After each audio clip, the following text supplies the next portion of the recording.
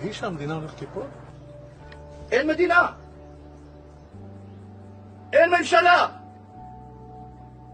אין כלום! אין מערכת מתפקדת. בוא תדבר עם מישהו ממשרד המסחר והתעשייה. בוא תדבר עם מישהו ממשרד החקלאות, כל האומללים האלה על הגבול. בוא תדבר עם, יש מישהו שידבר איתם? אין. רגע, אז אתה לא סיפרת לנו לסוף הסיפור. אז אתם קונים את הדירה? את הבתים ביוון? הולכים לראות, מה לעשות?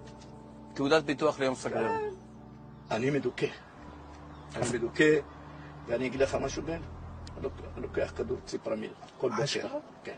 דיברת על הציונות ועל התחושה שאף פעם לא עבר לכם בראש לקנות דירות ביוון. ואני אומר, מה אנחנו עושים כמדינה כדי שנסתכל עוד 30 שנה ונגיד, אבל יצאנו מזה מחוזקים. שלא נפגוש פה את הנכדים שלך עם טרולי.